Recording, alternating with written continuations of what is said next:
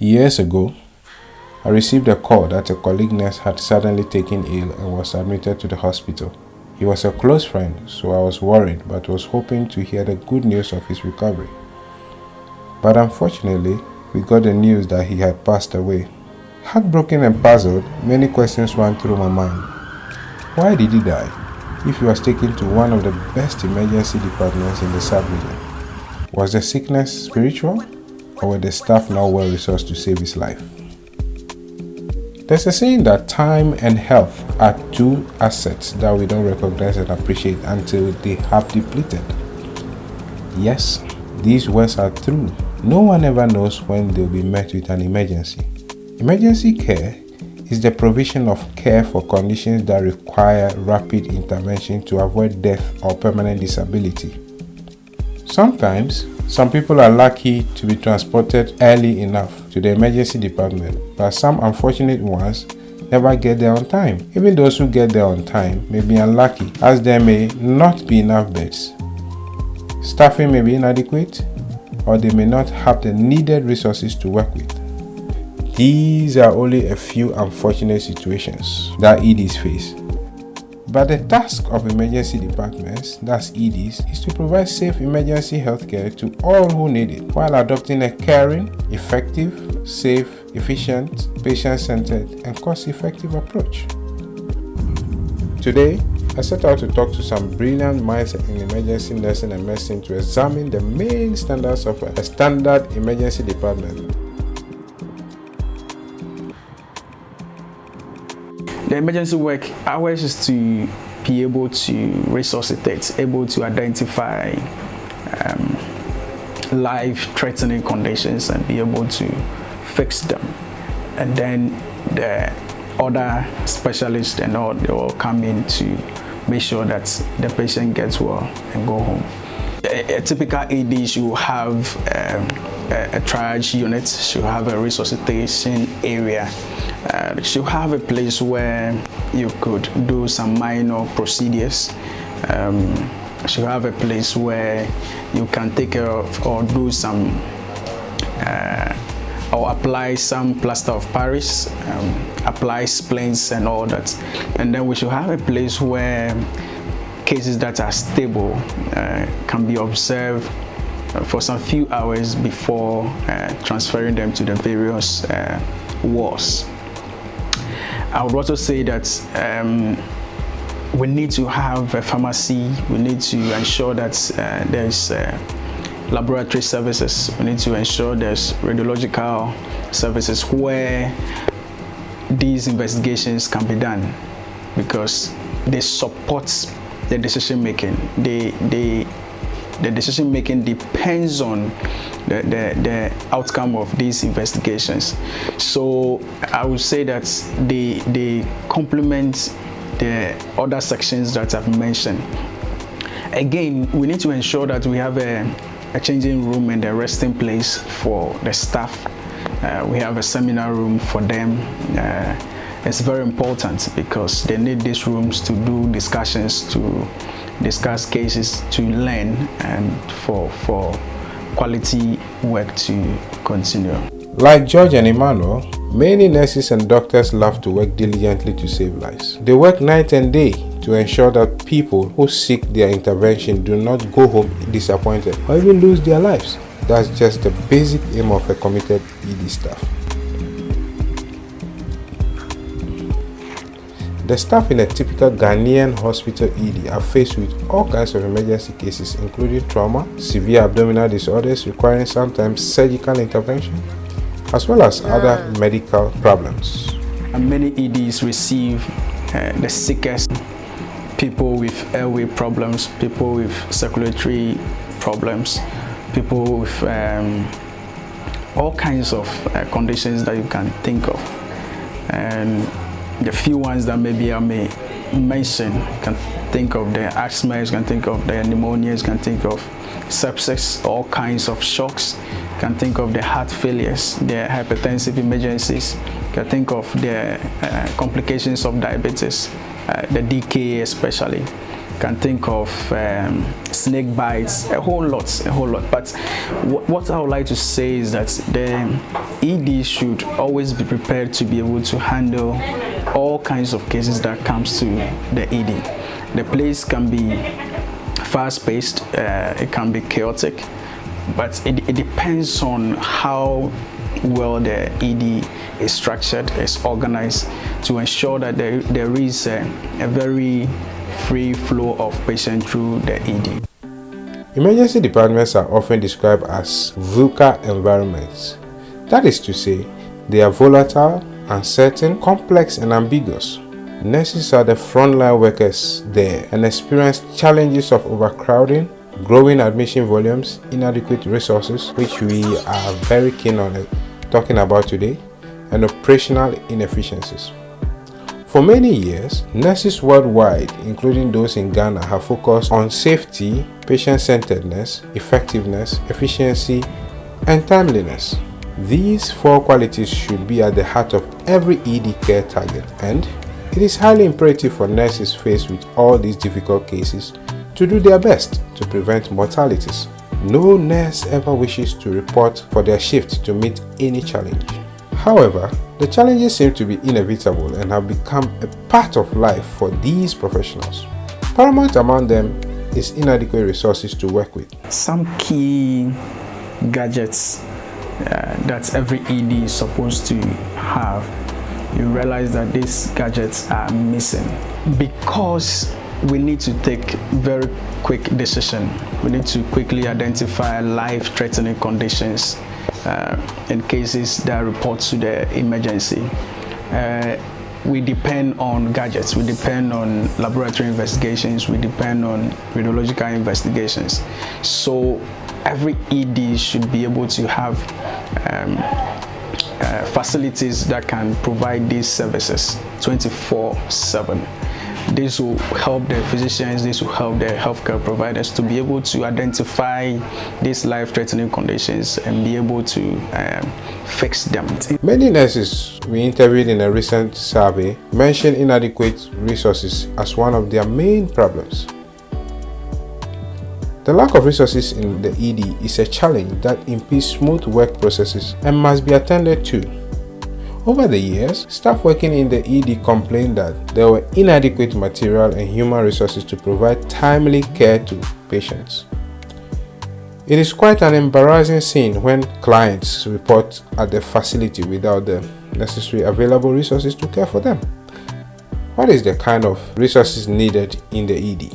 Let's have a holistic approach to resources and what we call resources in this sense, because we don't want to isolate one component of the resources that make the ED what it is. We're looking at the human resources. It's one of the resources that are there because we're not depending on robots to carry out the day-to-day activities in the ED. And the human resources, they form the framework of what goes on there on a day-to-day basis. We're also looking at the financial resources, and of course these are silent ones. They don't immediately come to mind when you are talking about what goes on in the emergency department, but there's a lot of finance to support staff. Coming to medications and gadgets in the ED, I would say that we depend on these things to be able to function properly. So in terms of medication, I can't mention all the drugs or the medications that are needed to be in the ED to ensure effective care. But then I think that our antiarrhythmics, our antidotes, our sedatives, our infusions, our analgesics,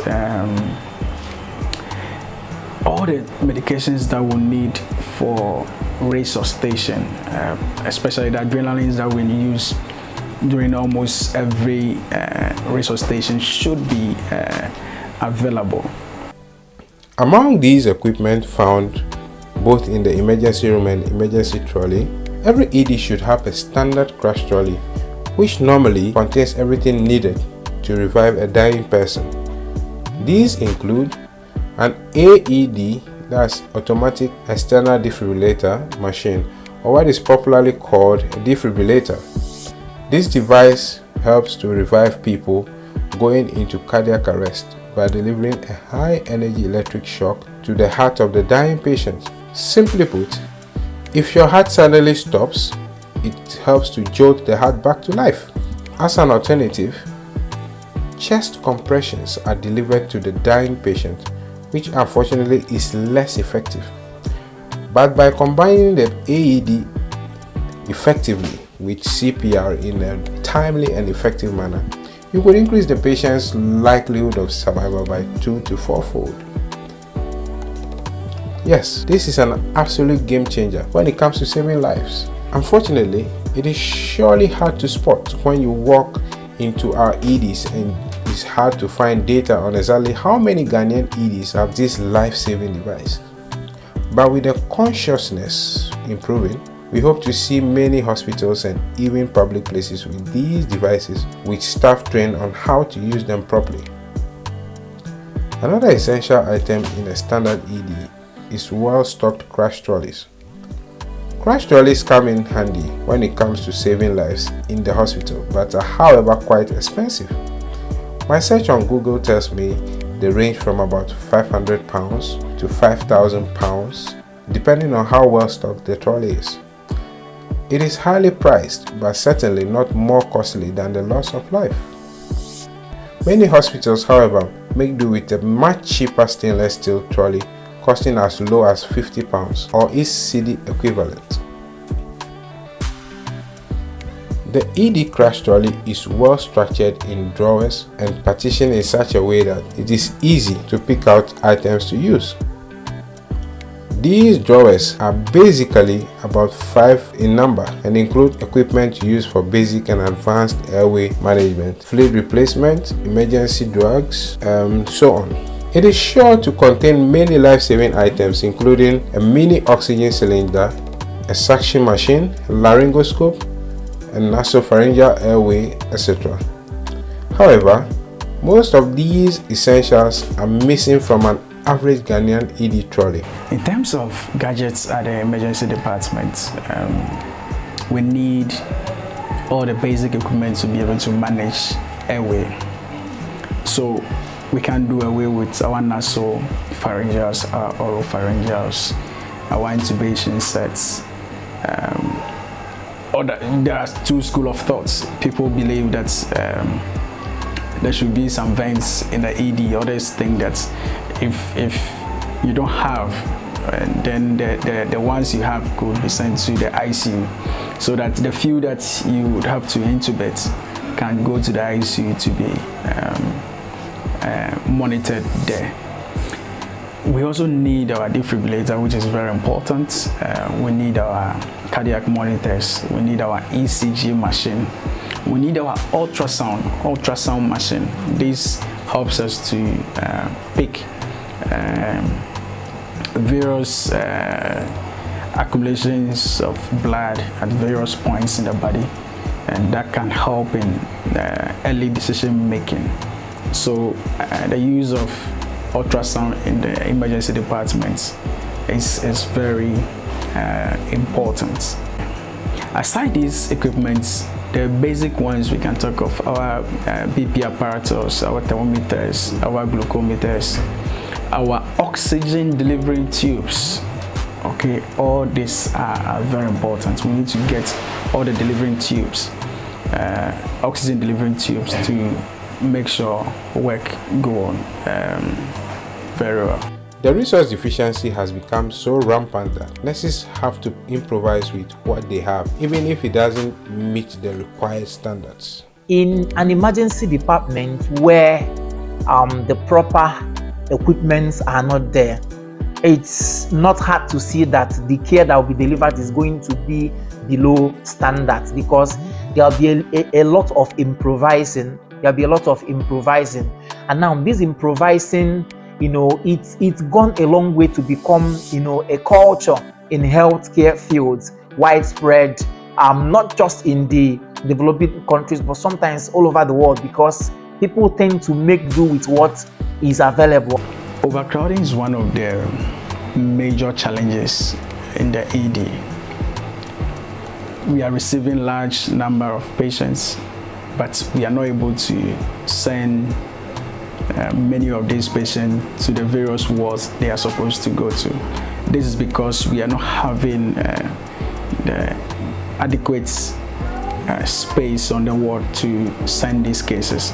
So at the end of the day, most of these cases remain in the ED till they are being discharged or till a space is being provided in the wards for them. Some of these shortfalls are a demotivating factor for many ED staff, putting them in a distressing position. So it becomes really difficult to stay true to the dictates of the required standards. To some or most nurses, a fully equipped ED is just a wish that may never come to fruition. Well, up to even after they retire. Clearly, one cannot deny that truly a lack of resources to work with could cause a lot of problems. Such problems come in many packages. Imagine an emergency department where a defibrillator is not available, and because the defibrillator is not available, you see people, just sticking to only manual, CPRs, to get things done, and this is not wonderful. This shouldn't be. There are settings where instead of using a proper tourniquet, you see people using stuff like improvised infusion lines to create the same tourniquet effect, and you see that the care being rendered, it's not adequate. An emergency department that doesn't have enough emergency medications, or maybe have to go to the wards to get their supply of emergency medications, it's a disaster, because when the patient is coming there, they believe that everything that is necessary to revive them or to restore them to an optimum state of health, at least to some large extent, is there. So it leads to poor healthcare delivery. All right. Looking at all that we've discussed so far, you realize that if we don't have adequate resources in the departments, it's going to affect work greatly. One is going to make work so difficult, things that you could do easily because there are no, you don't have the resources available.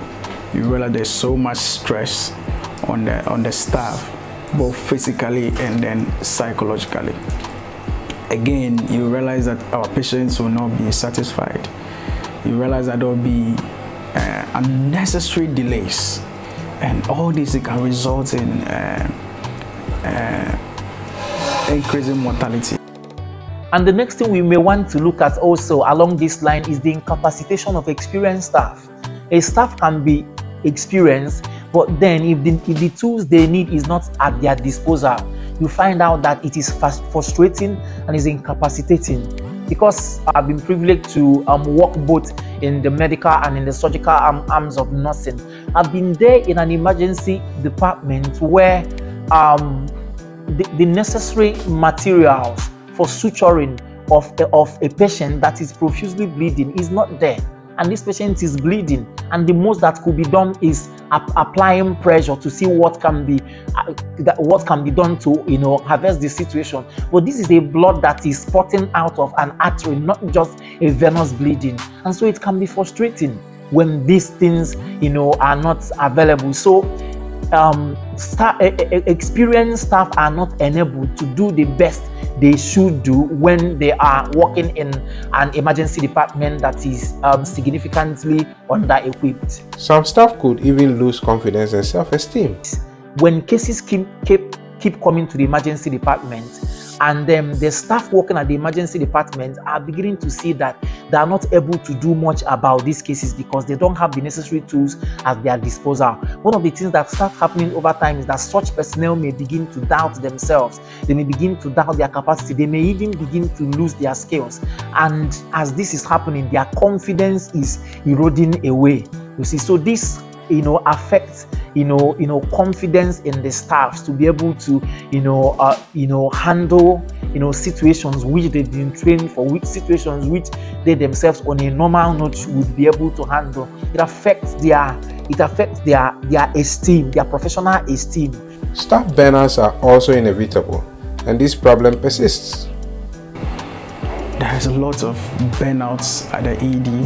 You know how the place can get busy, you know how chaotic the place can get. And these people come to work and on their feet. So they go home. There's no extra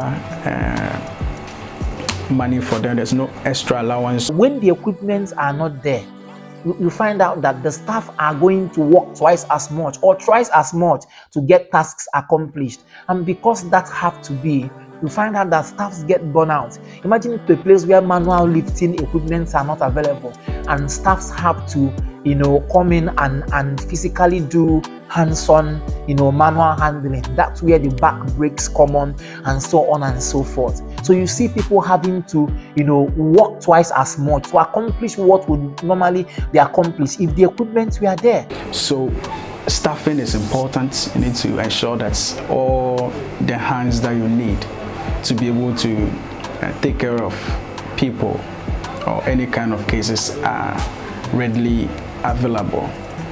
And one thing that I would also want to talk about is you ensuring that you adopt the right care model for the ED, the model that will suit the ED. You need to adopt such a model to ensure that work moves on smoothly. When the emergency department is not properly staffed, the patients tend to lose trust in the overall healthcare setting, and not just the healthcare facility. It can be in the overall health structure of a country, of a state, or of a particular zone.